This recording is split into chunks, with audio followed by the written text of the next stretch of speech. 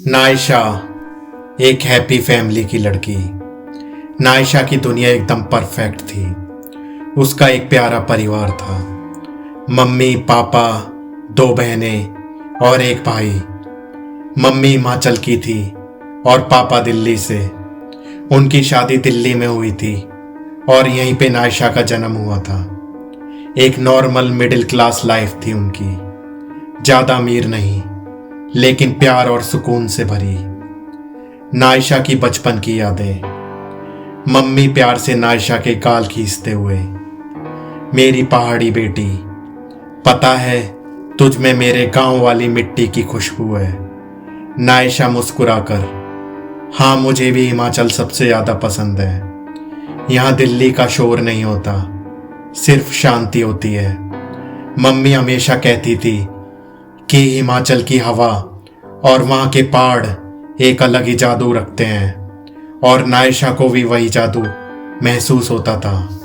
हिमाचल, जहाँ नायशा की जान रहती थी। पर अगर नायशा किसी से सबसे ज़्यादा जुड़ी थी तो वो थे उसके नाना। उनके बिना उसकी दुनिया अधूरी थी। नाना हंसकर, नायशा बेटा, तुझे पता है ये पहाड़ सिर्फ पत्थर नहीं है, इनमें कहानियां छुपी हैं। नायशा एक्साइटेड होके, सच नाना, कौन सी कहानियां? नाना आसमान की तरफ देखते हुए, ऐसे लोग भी होते हैं जो इन जंगलों में रहते हैं, जो हमारी दुनिया के नहीं होते। नायशा बचपन से हर छुट्टियों में नाना के पास हिमाचल जाती थी। वहाँ के ठंडे जंगल, ऊंची पहाड़ियाँ और वो शांत हवा, सब कुछ एक अलग ही सुकून देता था।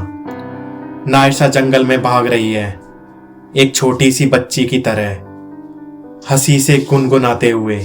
नायशा चिल्लाते हुए, शिक्षा, जल्दी आना, देख यहाँ कितनी ठंडी हवा है। शिक्षा हंसकर, अरे रुक, तू तो गजब की भागी जा रही है। उसके लिए हिमाचल एक सपने की तरह था, सबसे ज्यादा प्यारा, सबसे ज्यादा अपना। नाना की बीमारी, सब कुछ बदलने लगा। फिर एक दिन सब बदलने लगा। नाना धीरे धीरे बीमार होने लगे। पहले तो हल्का सा बुखार आता, कभी कभी कमजोरी होती, लेकिन धीरे धीरे उन्होंने बोलना कम कर दिया, सिर्फ शांत बैठने लगे। मम्मी नाना का हाथ पकड़कर, पापा आप ठीक तो हैं ना? नाना हल्की सी मुस्कुराहट के साथ, हाँ बेटा, बस थोड़ा थक गया हूँ। लेकिन एक दिन वो हमेशा के लिए चले गए।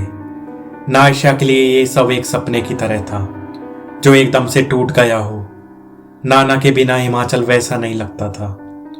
नायशा रोते हुए मम्मी से, मम्मा नाना को वापस बुला लो ना। मम्मी उसे गले लगाते हुए, बेटा कुछ लोग कभी वापस नहीं आते। कॉलेज के बाद वापस हिमाचल की तरफ वक्त आगे बढ़ने लगा। नायशा ने अपनी कॉलेज कंप्लीट कर ली, लेकिन उसका दिल अब भी कहीं और था, हिमाचल में, अपने नाना के सपनों में। नायशा अपने पापा से, पापा मुझे वापस हिमाचल जाना है, वहीं मेरी जगह है।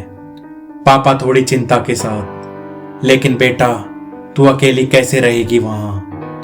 नायशा मुस्कुराकर, मुझे पता है कि वहाँ नाना की यादें हैं और वही मेरी पहचान है।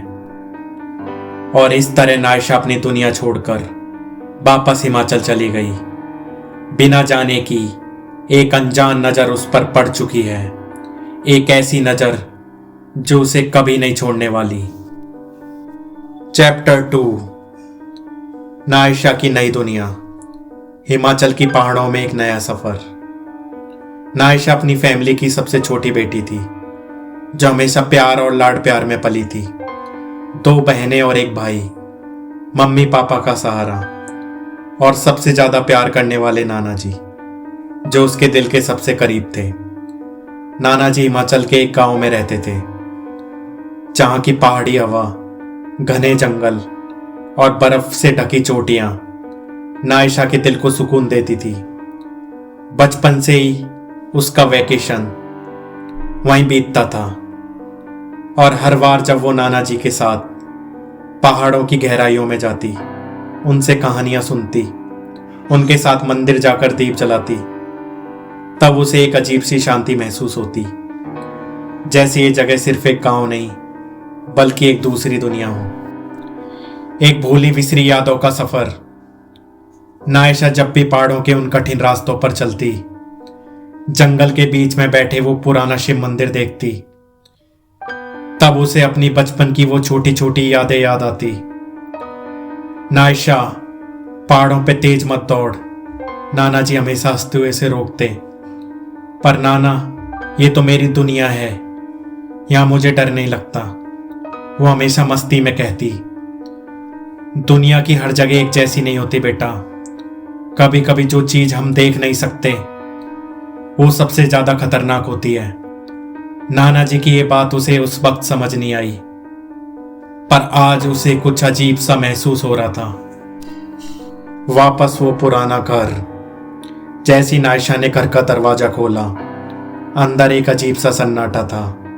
सब कुछ बदल गया है, या फिर सिर्फ मैं बदल गई हूं। घर वही था, लेकिन वो गर्माहट नहीं थी जो पहले होती थी। नाना जी की हंसी, उनका रेडियो, उनकी चाय की सुगंध, सब अब एक यादों की तरह बिखरा पड़ा था। नायशा ने धीरे से अंदर कदम रखा। हर कोने पर धूल जम चुकी थी, मंदिर में रखी दिया बुझी हुई थी, और नाना जी का फेवरेट कुर्सी वहीं की वहीं थी, जैसे कोई अब वहीं बैठा हो। उसने कुर्सी पर हाथ रखा। एक पल के लिए ऐसा महसूस हुआ जैसे किसी ने उसका हाथ थाम लिया हो। हल्का सा एक झोंका आया और मंदिर में रखी घंटी हल्की सी बजी। ये सब मेरा वहम है या फिर कुछ और? उसने जल्दी से कुर्सी छोड़ दी और अपने रूम की तरफ चली गई, लेकिन एक अजीब सा एहसास उसके साथ था, जैसे कोई उसे देख रहा हो। जंगल की आवाज और एक अनजानी नजर। एक रात नायशा अपनी खिड़की से जंगल की तरफ देख रही थी। हवा तेज हो गई थी, पेड़ एक अजीब से तरीके से हिल रहे थे। मंदिर की घंटी बिना किसी हवा के तेज बजने लगी। यह हवा से हो रहा था या उसका दिल तेज धड़कने लगा। अचानक जंगल के अंधेरों में दो लाल आंखें चमकी, जैसे कोई अंधेरे में चुप करके देख रहा हो। नायशा एक पल के लिए जम सी गई। उसने खुद से कहा, शायद मुझे सिर्फ हेल्यूसिनेशन हो रहा है। पर सच क्या था? क्या वहां सच में कोई था या उसका मन का वहम था?